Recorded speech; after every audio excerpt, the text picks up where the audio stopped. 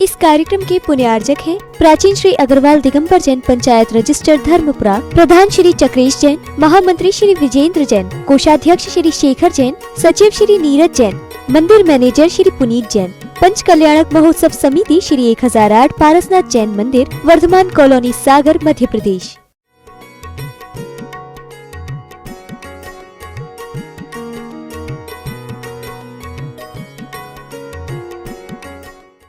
पहले लकड़ी का ही सब कुछ चलता था, खिलौना लकड़ी का, झूला लकड़ी का, चलना सीखा तो गाड़ी लकड़ी की। पहले उसमें पूरा भजन बहुत अच्छा है, वो लकड़ी लकड़ी के पूरा है ना। और जब उससे शादी हुई तो मियाना लकड़ी का, और पता को उसमें बहुत लंबा सीधे लकड़ी के चलाए। अब तो भी सब कुछ बचे ही नहीं है, हैं? अब जंगल नहीं बचे वो कह रहे हैं। पहले के लोग अगर देखते थे तो पहले के लोगों के पास जंगल भी था, मन अच्छा था और सब कुछ अच्छा रहता था। ऐसा नहीं कि जनसंख्या कम नहीं थी, पहले भी जनसंख्या थी।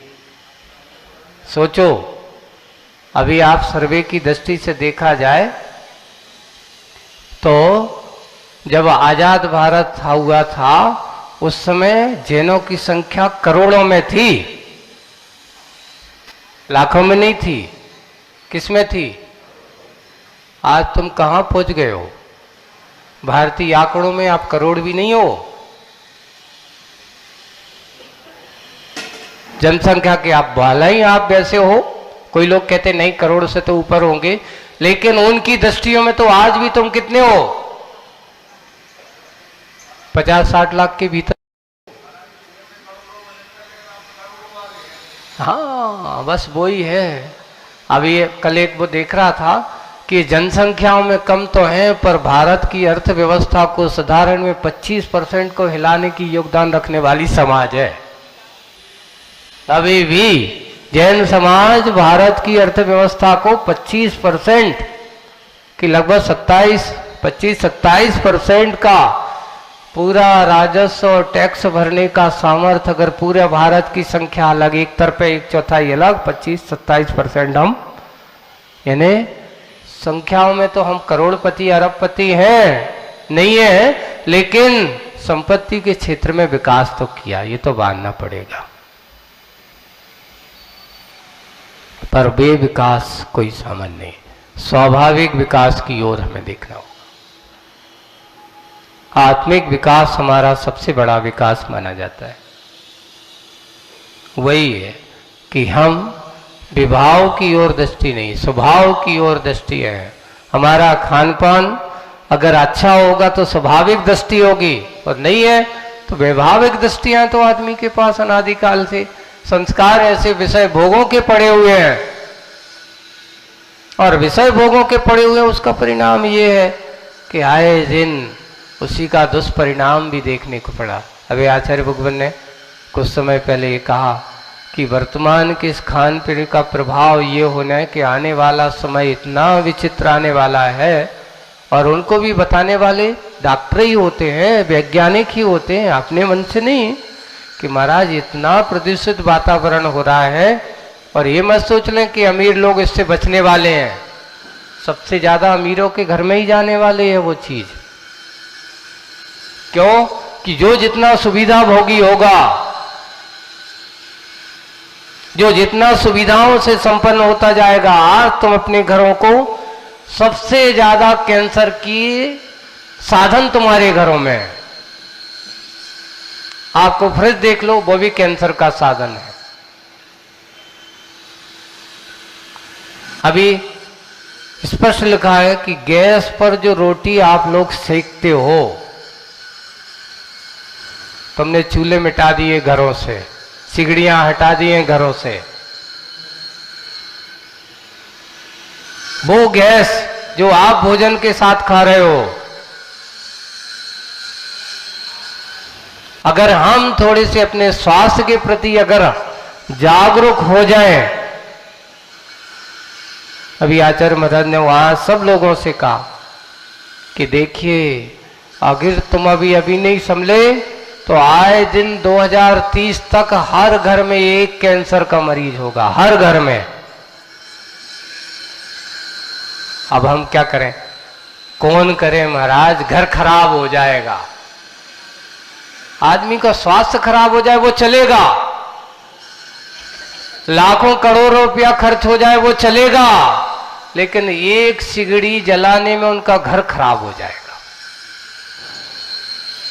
उससे कहा कि भैया रोटी भलाई तो है, रोटी तो बना ले सिगड़ी पर।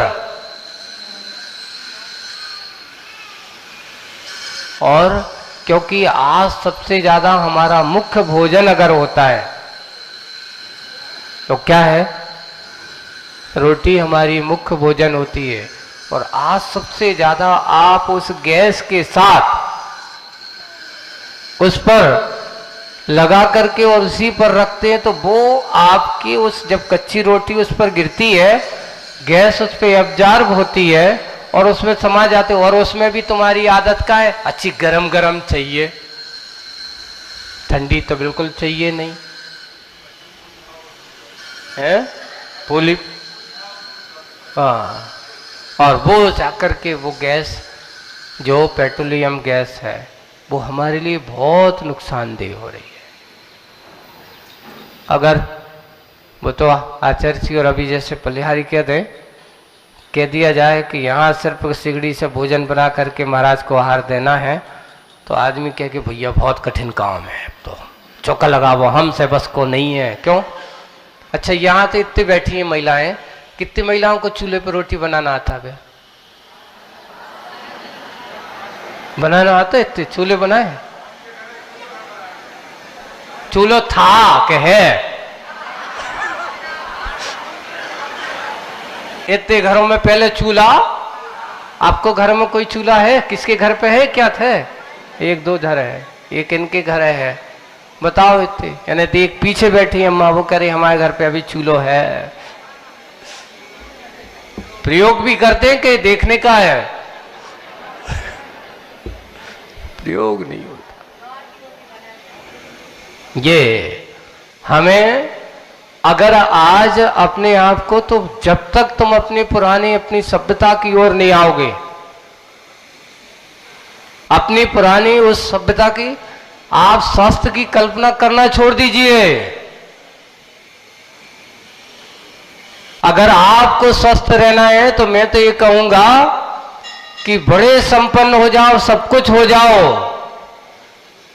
अब किचन नहीं, पुनः अपना रसोई घर बनाओ। क्या बनाओ? अभी तुम घर पे बनाते हो किचन, अब वापस पुराने युग की ओर हो जाओ। अगर स्वस्थ होना हो तो, कैंसर का आमंत्रण देना हो तो किचन बनाओ, और कैंसर से मुक्त होना हो तो अपने घर को रसोई घर बनाओ। और ये बात अभी लोगों को लग रहा है, आए दिन सब कुछ कह रहे हैं कि जो काम आपका सही, आपकी सही संस्कृति से हो सकता है, कोयले पर सीखने से हो सकता है, वो रोटी का स्वाद आपकी गैस की रोटी पर आ ही।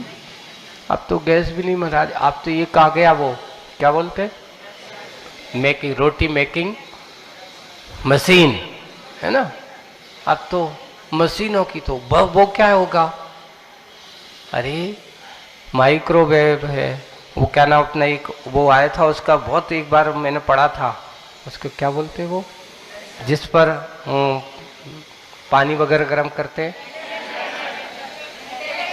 Electric gas. उसका बहुत दुष्प्रभाव उन्होंने लिखा था कि उस पर पानी की गर्म किया हुआ पानी हानिकारक है, ऐसा किसी ने मुझे बताया था। हाँ, ये भी ठीक नहीं उसका। अब अपन तो क्या होता है, आचार्य श्री कहते हैं भैया महाराजों को सब जगह ज्ञान की प्रवृत्ति लगाना चाहिए, पर चौके में ज्ञान की ज्यादा प्रवृत्ति नहीं लगाना चाहिए। क्यों? क्योंकि अगर हम ज्यादा लगाएंगे, कहते अवधि ज्ञानी मुनि महाराज भी हों तो उनके भी कहा कि आहार के समय अवधि ज्ञान का प्रयोग मत करना। बोले कि क्यों? अगर तूने अवधि ज्ञान का प्रयोग किया तो तू आहार नहीं कर पाएगा, अंतराय हो जाएगा। इसलिए उस समय तो श्रावक के मन शुद्धि, वचन शुद्धि, काय शुद्धि, आहार जल। अब तेरा पुण्य तेरा पाप तू जाने, तुम तो उसकी भावना देख। उसने कहा कि शुद्ध है तो अपन विश्वास करो, क्योंकि हम उससे इन चीजों पर नहीं, उसने दिया है, दे करके उस करके लेकर के आओ। यही हमारी आस्था और भक्ति, ये तो हमारा विवेक होता है कि हमें साधु को कैसे आहार देना है, उसकी साधना संपन्नता के लिए, उसके अच्छे से धर्म ध्यान के लिए ये कार्य हमें करना होता है। और जो ऐसे कार्यों से युक्त अच्छी भावना, इसलिए नवधा भक्ति युक्त कहा।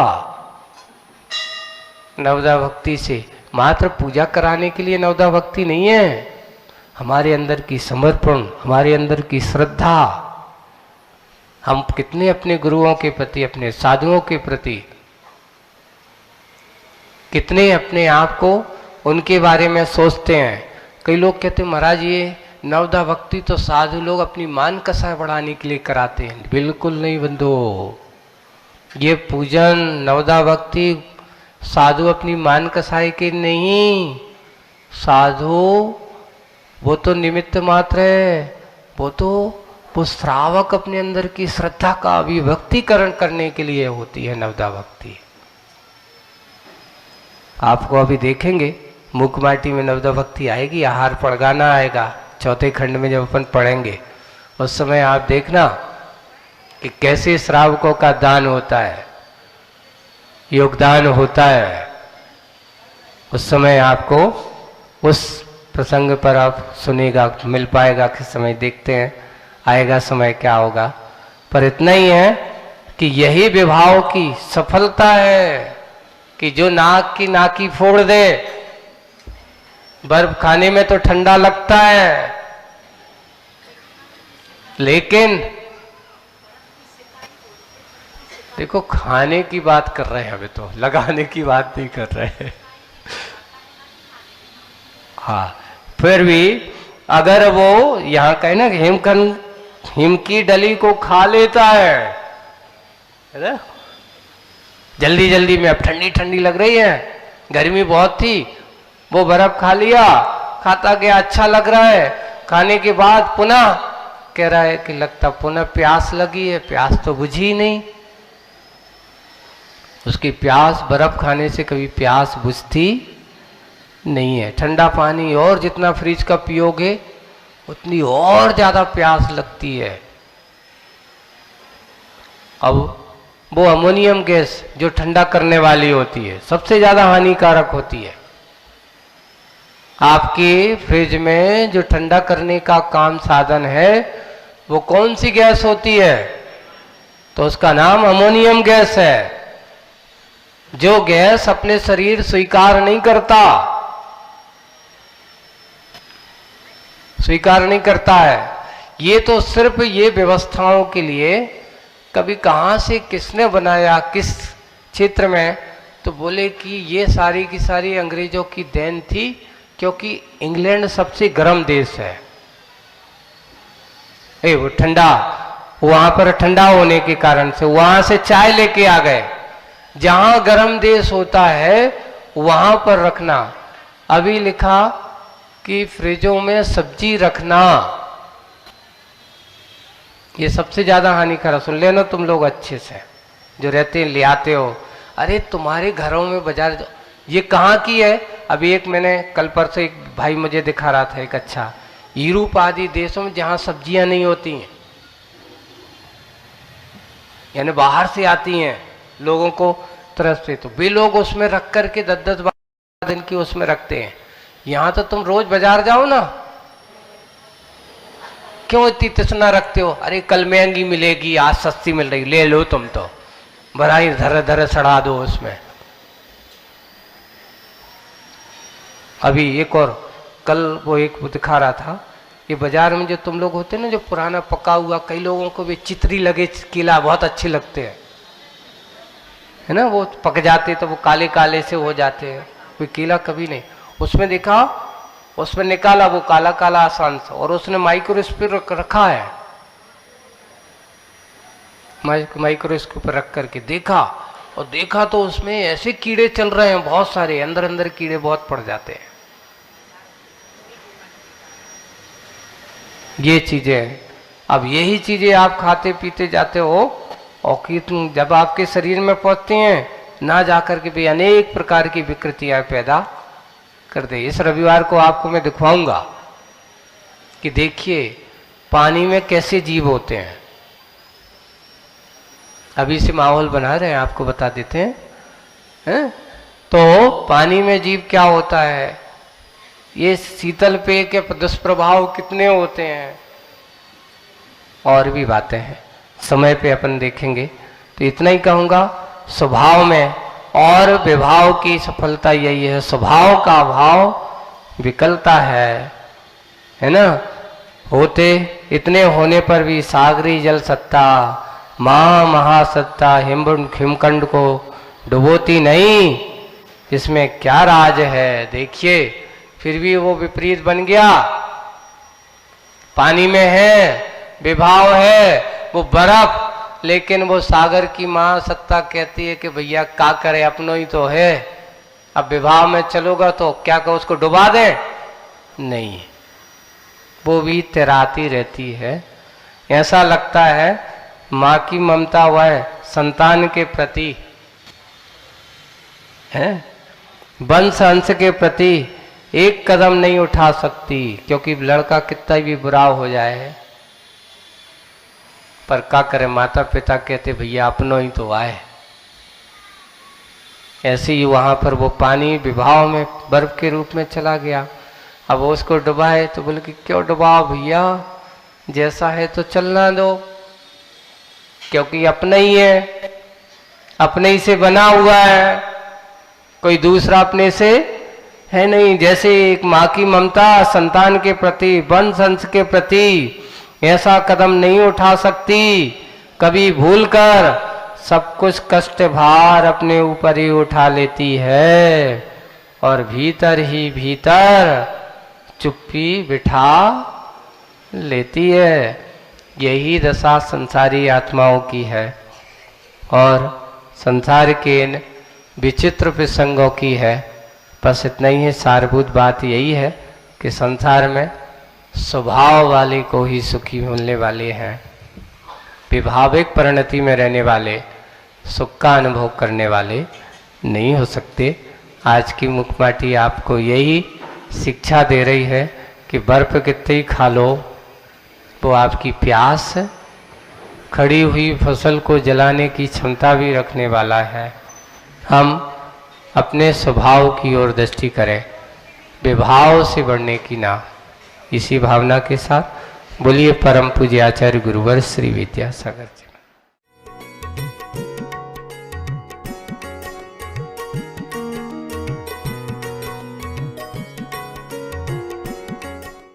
इस कार्यक्रम के पुण्यार्चक थे प्राचीन श्री अग्रवाल दिगंबर जैन पंचायत रजिस्टर धर्मपुरा, प्रधान श्री चक्रेश जैन, महामंत्री श्री विजेंद्र जैन, कोषाध्यक्ष श्री शेखर जैन, सचिव श्री नीरज जैन, मंदिर मैनेजर श्री पुनीत जैन, पंच कल्याणक महोत्सव समिति श्री 1008 पारसनाथ जैन मंदिर, वर्धमान कॉलोनी, सागर, मध्य प्रदेश।